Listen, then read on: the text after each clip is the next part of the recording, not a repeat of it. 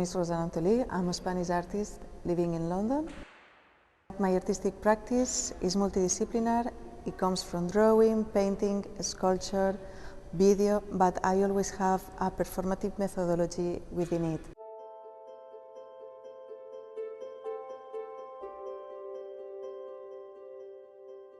I'm always pushing the boundaries in my artistic practice. One, to not have limits of discipline, trying to mix or merge or different techniques, and also to use different tools or languages depending the ideas that I want to communicate. For that reason also I think my methodology is multidisciplinary. The performative is an essential component in my artistic practice, and since my master's at Royal College of Art and my thesis in social choreography and the politics of our everyday gestures, I got more interested until I make it an axis, a strong axis of my artwork, the questions why we move and what makes us move.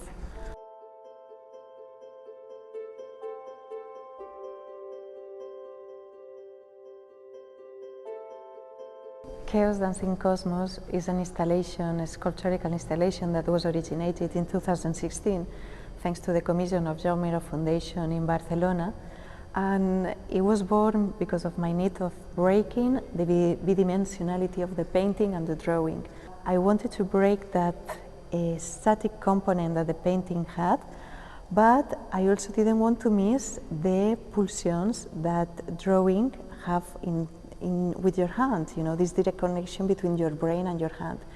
I found this material, this rubber, that it is not only easily manipulable by me, but also in the space, it just transforms in a line, so it looks like the bidimensionality of the drawing is conquering and invading the three-dimensional space of the gallery.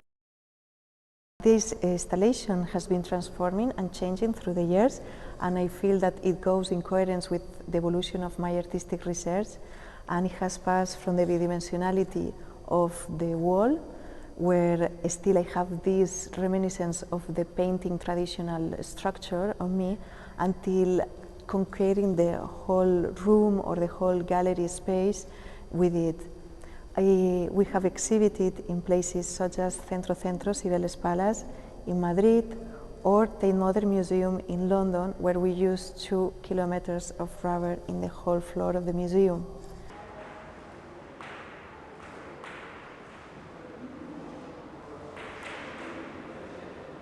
For St Albans Museum, I wanted to propose a revisited installation of this piece, Chaos Dancing Cosmos, and that it was coherent with all this research that I have been doing these years, mainly with the research with watery bodies.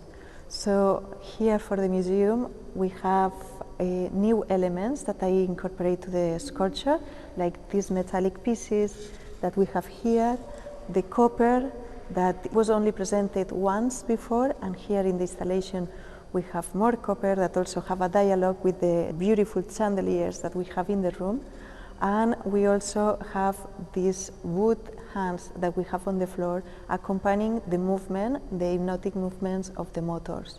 The meaning behind all these new elements is that I wanted to bring an ocean to St Albans Museum. I wanted to put the sea inside the assembly room, and the contrast between the solidity of the room or the building, the history and the importance of the heritage, cultural heritage that this room have, in contrast with the organic movement of the sea, of the level of the different tides that we can observe in the space. We have the high tides, the lower tides, and we find that depending in which position we place ourselves in the room, we are going to perceive movement from different angles.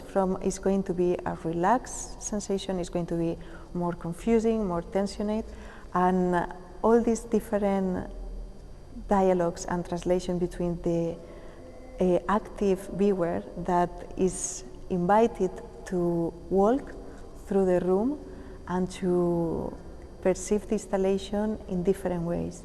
Also in the installation we have different elements that respond to symbols for hearing in the sea as a human, that are the 3 little bones that we have in our ear and some seashells.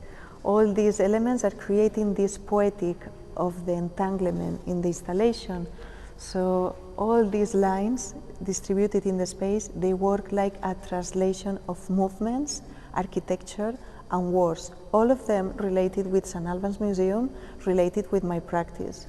And all of them here are mixed like if they were inside the sea. Inside the sea, there is nothing stable, everything is mutable, everything is changing, and I wanted to have this bag here in the room that carries multiple messages, multiple interpretation, and also is making this utopian act of trying to grab something so absurd and so difficult as is the movement in the sea.